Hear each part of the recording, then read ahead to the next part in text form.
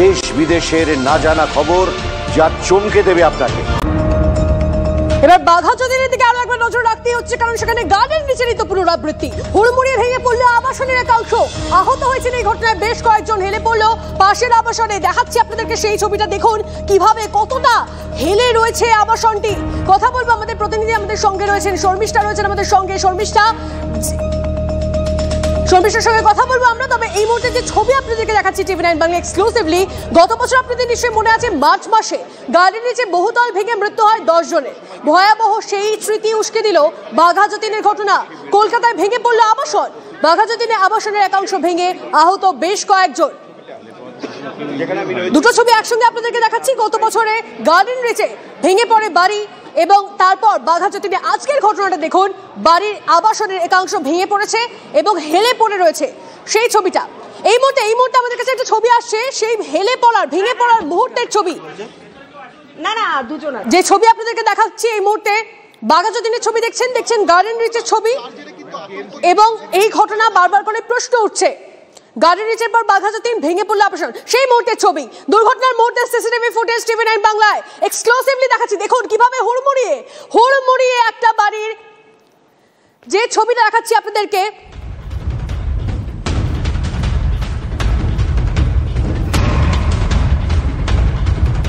এবং যেটা জানা যাচ্ছে বহুতল ভেঙে আহত হয়েছেন বেশ কয়েকজন। বাঘাযতীনে আবাসনের একাংশ ভেঙে আহত হয়েছেন বেশ কয়েকজন। গার্ডেন নিচে যে ঘটনা ঘটেছিল তারই পুনরাবৃত্তি। হুড়মুড়িয়ে ভেঙে পড়ে আবাসনের একাংশ, আহত বেশ কয়েকজন। পাশের আবাসনের দিকে হেলে পড়েছে, এবং গত বছর মার্চ মাসে গার্ডেন নিচে বহুতল ভেঙে মৃত্যু হয় 10 জনের। সেই ছবিটা যেমন আপনারা দেখছেন একদিকে, তেমনই বাঘাযতীনের ছবিটা আপনাদেরকে দেখাচ্ছি।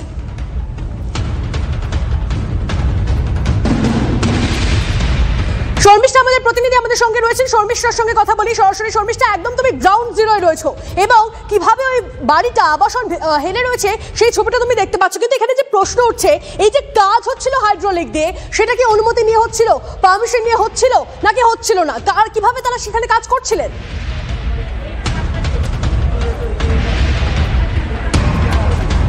দেখো, এই বিদ্যাসাগর কলোনিতে অনেক কিছুই অনুমতি ছাড়া হয়। আমি বলছি না, এখানকার মানুষই অভিযোগ করছে। আমি যে কারণে এই যে বাড়িটা হেলে পড়েছে তার বিভিন্ন প্রান্ত থেকে, মানে বিভিন্ন দিক থেকে, বিভিন্ন অ্যাঙ্গেল থেকে বোঝানোর চেষ্টা করছি যে এই একটা বেআইনি অনুমতি দেওয়ার পরে আশেপাশে কটা ফ্যামিলি, কটা ফ্ল্যাটের মানুষ রীতিমতো ভুক্তভোগী হচ্ছেন।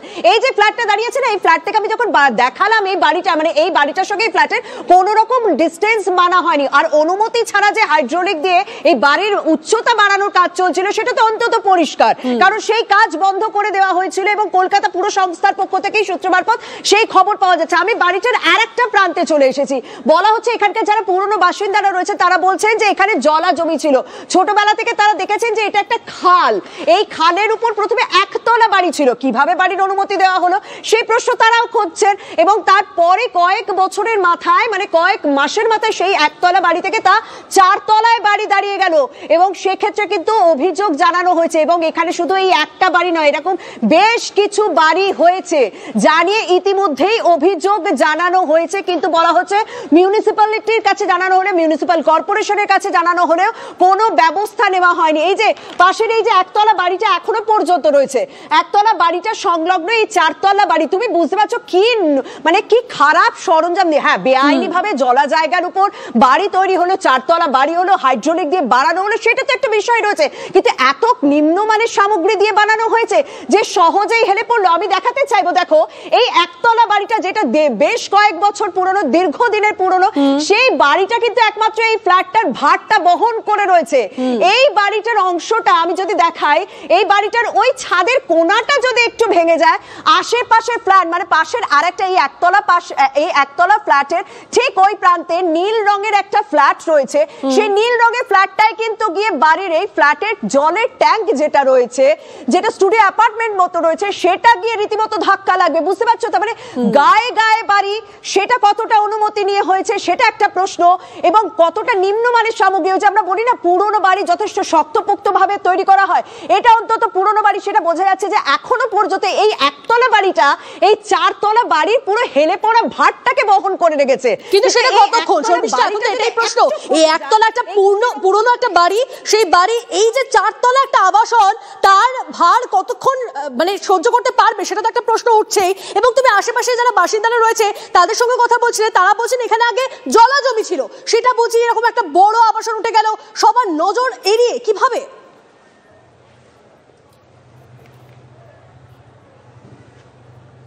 এটাই সব থেকে সবার নজর এড়িয়ে হয়নি, বলছি তো এখানে আরো বেশ কয়েকটা অভিযোগ রয়েছে। মানে ওনারা নিজেরাই বলছে আজকে এই ঘটনাটা ঘটেছে বলে আজকে এই বাড়িটা নিয়ে চর্চা হচ্ছে, কিন্তু এখানে কয়েকটা পা হাঁটলেই আরো বেশ কয়েকটা বাড়ি রয়েছে, খুব ছোট্ট জায়গাতে 4 তলা বাড়ি গজিয়ে গেছে।